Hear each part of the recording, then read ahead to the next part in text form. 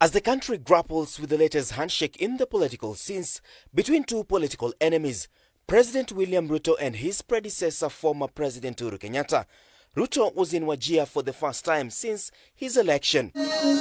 Ruto chose to defend his action of seeking a truce with Uhuru Kenyatta on grounds of inclusivity. Forward, it is indeed our place as a country to work together, to find common ground on things that are of national interest to the Republic of Kenya.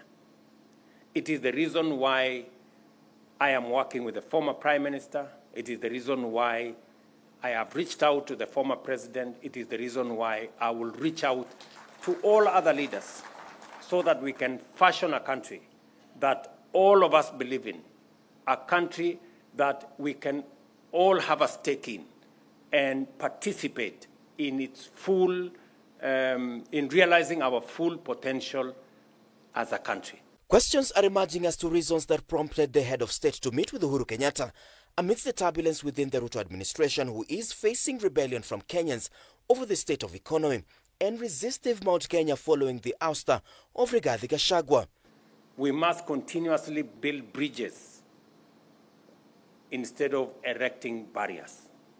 We must always find it to create more synergy as we move forward. Other than the only issues that we know that were discussed are the issues that are contained in the statement that was released by President Uhuru Kenyatta, former President of the Republic of Kenya, for the reason that this visit was made to his home. So it is only him who can release what was discussed within his compound. A stranger cannot claim anything outside what is contained in this document. That's very, very important, because that is also the way to maintain respect. Analyst Moses Mwangi says that the decision of President Uhuru Kenyatta to agree to meet Ruto absolves him from any blame should the country go south. Jubilee Secretary General says that Ruto is seeking Uhuru to save him from the shame of a collapsing country. A very good gesture.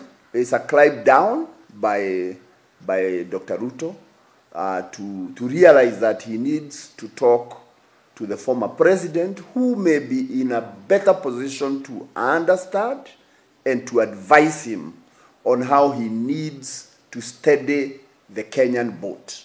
Because politically, things have not been well, and especially concerning the politics of Mount Kenya, which is the major voting bloc that put him in power. Despite the blame games that Ruto and his former deputy president descended to the Jubilee administration, Ruto now turns to Uhuru Kenyatta to save himself.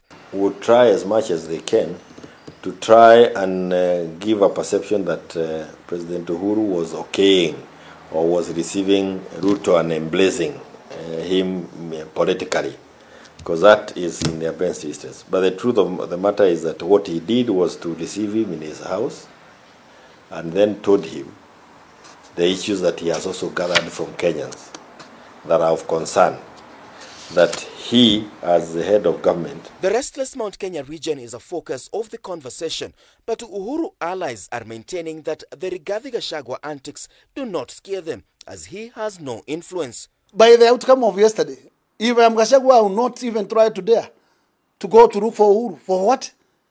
You have the people. What do you want to go from Uhuru? His money? No. Uhuru fought his battle. Fight your own battle.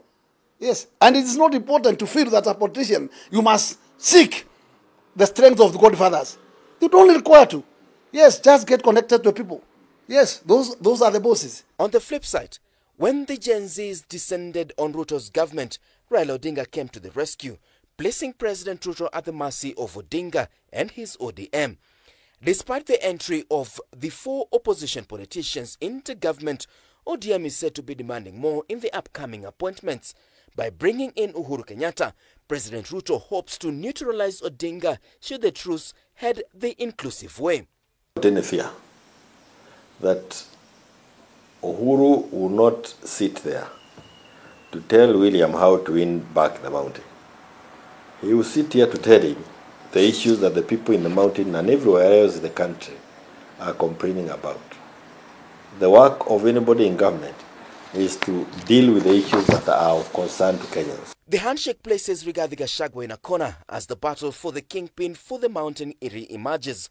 For Uhuru allies, pushing themselves as the new opposition who are making a killing from criticizing the government will have to re-strategize. Already, Moses Kuria has alluded to the possibility of Uhuru Kenyatta returning to politics.